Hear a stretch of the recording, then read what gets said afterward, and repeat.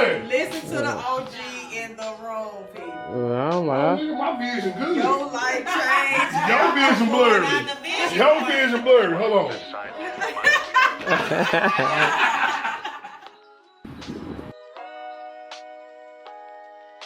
Hey y'all, what's up? My name is Cleo Hall Moore. I'm a licensed stylist and master. Oh, stop! Go over. Okay, start over. Hey y'all, my name is Cleo Hall Moore. I am a master stylist and salon owner. Behind the chair now for 25 years, and I wanted to do this so I can take you all on my journey of how I got here.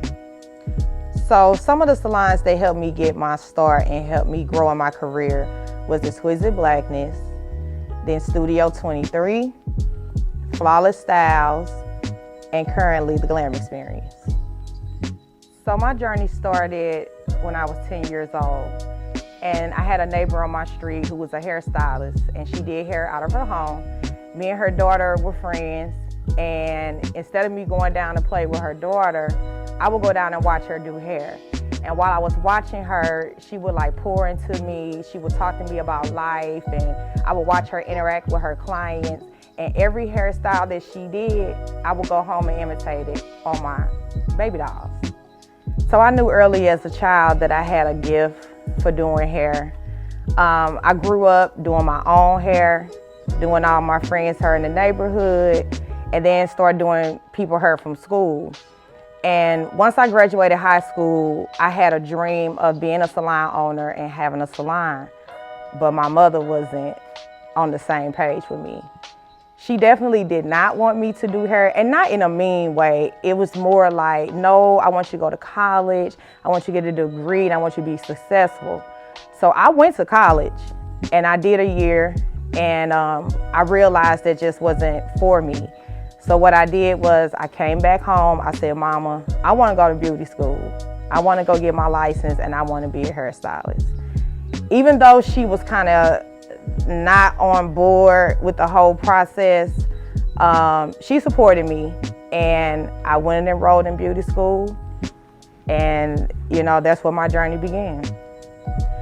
So once I got the approval, I moved forward and I enrolled in the School of Beauty Culture in East St. Louis. And that's where I got my training, that's where I got my professional license. Once I graduated with my license, one day I was just looking for someone to do my hair. Seriously, like riding up and down State Street, went to different salons, and I ended up at Exquisite Blackness. And it was owned by LaRonda Johnson. And her salon was popping back in the day. Like, it was where all the it girls went and got their hair done. So I went and sat in her chair to get my hair done. And she was asking me, like, what you gonna do when you graduate? Like, where you gonna work? And I was like, I have no idea where I'm gonna work. She was like, girl, you better come work with me. And I was like, yeah, I guess I can do that. So we talked, and I went and took my state board, passed the first time, thank God. And I went back to LaRonda. Now, at this time, I had a small baby. He was 2 months old, and I was married to his dad at the time. And I had a very good job at Barnes. I was, making good money, had good benefits. And one day, I was at the salon, and LaRonda pulled me to the side. She said, hey, do you want to do her full time? And I was like, yeah. She was like, well, you gonna have to quit that job. So I'm like, oh, wow, okay. She said, because when you go to work, you missing all the walk-ins that's coming in. Like, you gotta put your whole focus on, being in this salon. So I went home and talked to, my husband at the time, and I said, hey, this girl say pretty much I need to quit my job if I want to take this seriously. And he was like, well, quit. He was like, I'll put y'all on my insurance, we'll be cool. And I went to work the following week. I put in my 2 weeks, and I went from sitting in a chair, waiting on clients to come in, waiting on someone to come and sit in my chair. And when I put my 2 weeks in and I came to that salon full time, my clientele was built within like 30 days. I went from doing no client to doing 10 to 20 clients a day. And now that I'm older and I look back over that, I realized that was me stepping out on faith. I didn't know what stepping out of faith was at 20 years old, of course, but that decision, it changed the course of my life. So Exquisite Blackness was the first salon that I worked in. Like I say, LaRonda Johnson was the owner. LaRonda was very, very, very, very, very much an important part of my career because I feel that she taught me a lot. She taught me about work ethics. She taught me about saving money because I was so young and making so much money at such a young age. I was shopping every day. I was just blowing money. And she used to be like, girl, save your money. Stop spending your money like that. And I always looked up to her because she was a fly girl. She was pretty, you know, she was a hustler. She had like luxury vehicles, you know, designer clothes. And me, you know, coming from where I come from, you know, seeing that, it was like, oh my God, I want to be like LaRonda, you know. And I appreciate her to this day, you know what I mean? Like, I feel like I need to give her flowers more than what I do because, girl, you helped me, girl. So once I, you know, worked with LaRonda for a while, I went to my next salon journey, I call it. I linked up with some ladies that in high school, I used to go get my hair done at their salon. And I ended up working with them. They came to work with me at a salon I was working at the time. And we decided to come together, and that's where Flawless Styles came from. It was myself, Buffy, Danielle, and Tina. And when I tell you that was such a great journey for me because they taught me so much as far as being organized and taking appointments. Because before them, it was first come, first serve. It was put your name on a book. I'll call you when I'm almost ready for you. And when I linked up with them, they had appointment books and they had a receptionist and they was like taking appointments. I'm like, what are y'all doing? Girl, we taking appointments. I'm like, well, I want to take appointments. And that really helped my career be more organized and, you know, people not sitting around waiting all day. And also it helped me to understand like who I have for the day. Because when you work like first come, first serve, you don't know who coming. You don't know how many people you doing a day. You just taking clients and just doing hair. But working with them, they showed me how to be more of a professional, I think, stylist. And we had a great work relationship, a sisterhood, I would say. And I love them to this day. And I love them. That's all I can say. So Studio 23 was the most fun I think I've had in a long time. It was a beauty side, like a salon side, and then we had a barber shop side. So we got to work with guys. And we had such a brother-sister relationship there. It was so fun. And that's actually the place where I met my husband because he was stalking me, girl. He was stalking me. But no, that salon always is special to me because that was the place where when I met him that he told me that I was gonna be his wife. And 16 years later, you know, I'm just saying. So now the year is 2017, and I decided after having many successful years with Flawless Styles that I was ready to be on my own. They knew, you know, well before anybody else knew. They knew my intention when we first started. So I moved forward and I found a location. When I first walked in the location, my mind said, girl, you can't afford this. And the realtor said, yes, you can, come on in. That process to me was easy. I had a great contractor. Everything went smoothly. And once I opened the doors, I was so excited that I was able to accomplish that on my own. And God definitely was with me during that journey. So 2019, my landlord at the time came to me and said, hey, I got kind of some bad news. This building is for sale, and the new investor that's buying this building, he wants to buy the entire building. Now, at the time, it was 4 suites in this building, and I was the only person in the whole building. My contract was more like whoever bought the building had to respect my lease. But this guy was really persistent in wanting to pretty much get me out of here. So I went back and forth with my landlord, you know, kind of had some words with him. It got so bad I had to get my attorney involved. And long story short, my attorney just said, hey, let's just throw them a number, you know, so these people leave you alone. And we threw the number not thinking that these people would really give us this outrageous amount. So once we gave him the amount, his response was, hey, let's meet, you know, do like a conference video call or something so we can discuss the details. So I told my attorney at the time that I feel like I've only been in this space 2 years. It was a very beautiful location. My landlord was amazing too. And I feel if I had to give up something I worked so very hard for, then I told her, hey, they gotta give me double for my trouble. That means whatever I put into that space, you need to pay me double so I can move. And that's exactly what he did. So we negotiated, we worked out a deal, and I moved into my current location. So once I agreed to move, I kind of was looking through the area trying to find spaces. This area is very hard to find salon spaces. I'm not sure if anybody else had that problem, but it was very hard to find something. So once I found the location, which I felt was the perfect location, it was right off the street, a lot of traffic going by, came in, met the landlord. He was cool. You know, we talked and negotiated a deal. During this time, my oldest brother was dealing with prostate cancer.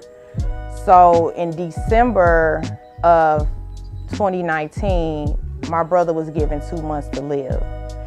So during this time, I'm flying back and forth to Maryland. I'm trying to open a salon. I had a lot of crazy hiccups with the contractor at the time. Pretty much did give me what I asked for. But my mind was with my brother. I really wasn't focused like I should have been. And when this salon actually opened, I was in Maryland watching my brother take his last breath. So I want to shout out like my team, like my stylist and my friends and my family who just stepped up and helped me to make this salon what it is today. It was definitely a horrible journey, probably more horrible than what I'm saying, you know, to you guys, but it was definitely a hard thing to try to open a business, but I'm also grieving, you know, watching my brother, you know, transition, and knowing at that time that I had already lost my dad, I had already lost my middle brother, and now I'm losing my last and, you know, final sibling. So that was hard to deal with. So, but God carried me through it. What can I say? Look up.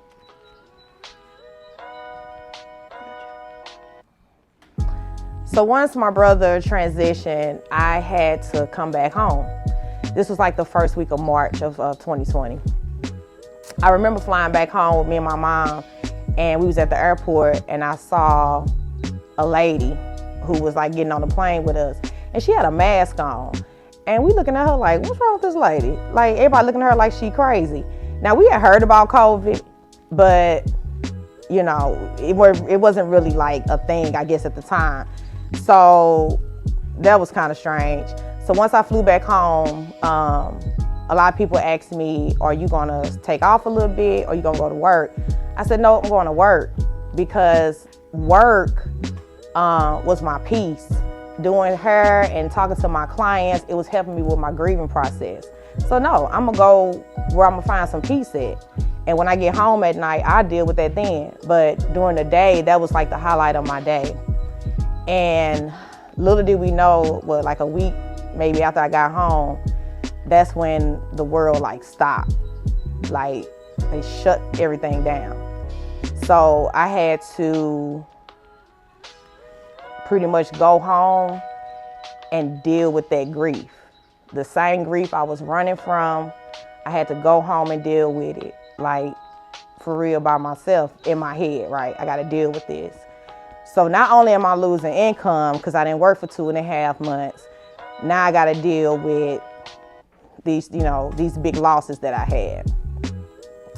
I think one thing that I didn't realize at the time was, even though I was going through a lot, like emotionally, I didn't even realize how God was still, like he had his hands on me.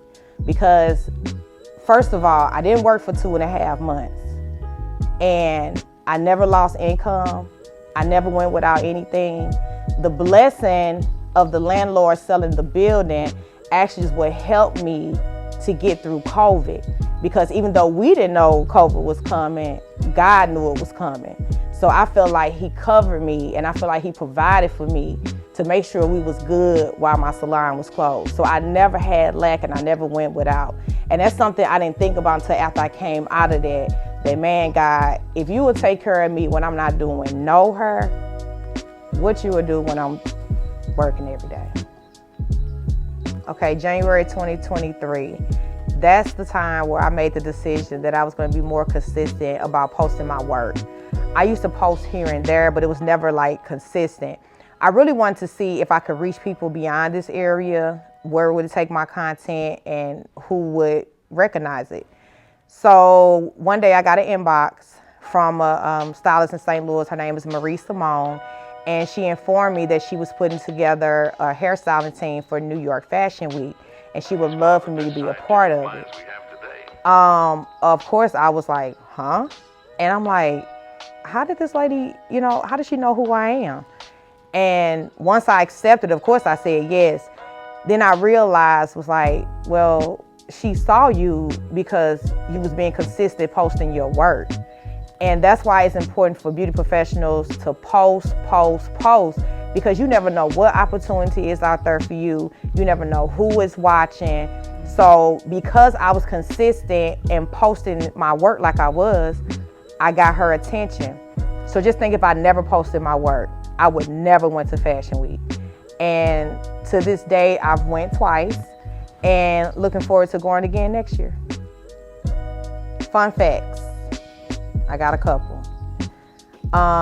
Most people don't know that I'm like kind of obsessed with watching like many things, like many houses, many food, many things. Like I watch them all the time.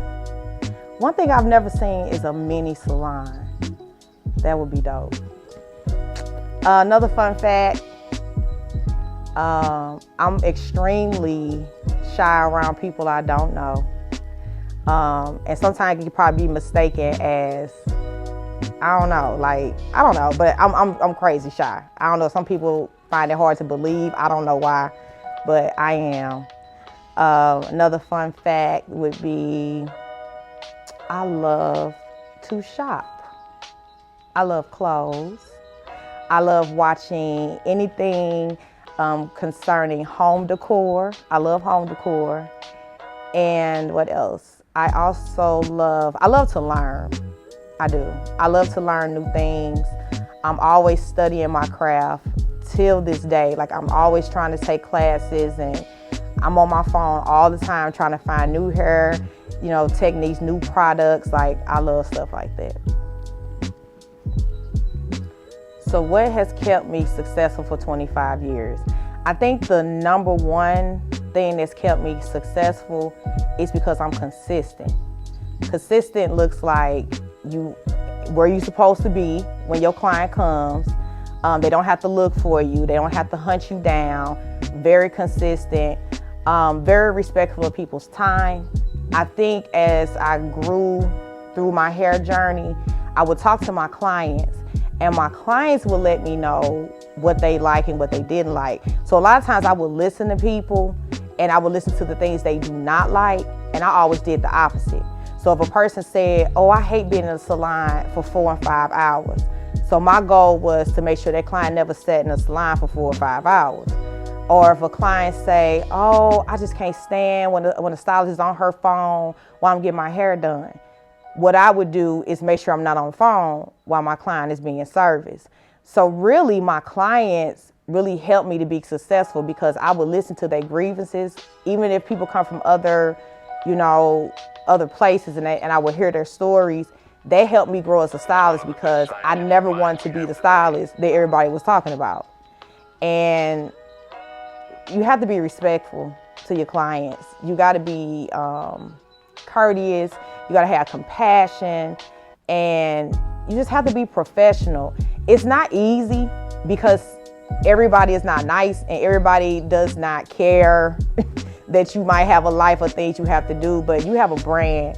And when you have a brand, no matter what's going on, you have to stick to what's right. And I think that's why for 25 years that my name is still ringing in these streets.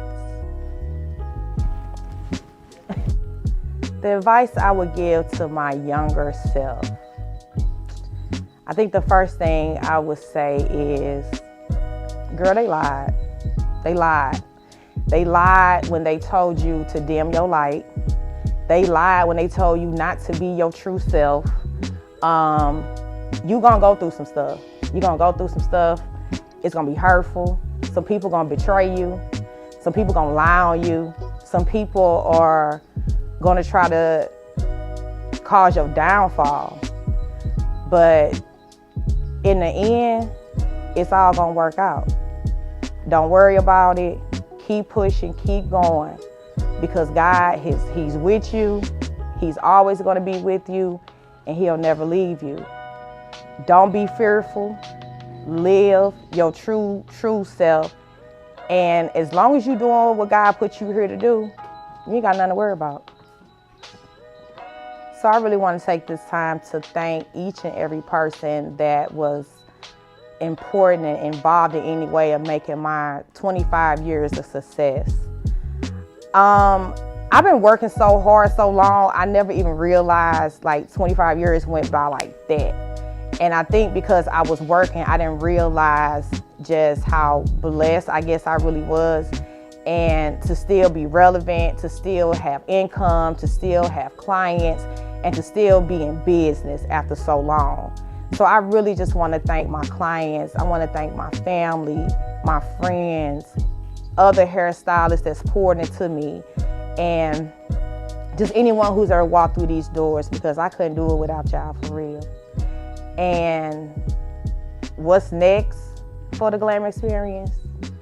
I mean, I don't know. I won't disclose it, but because I do move kind of quietly, but just know I'm just getting started.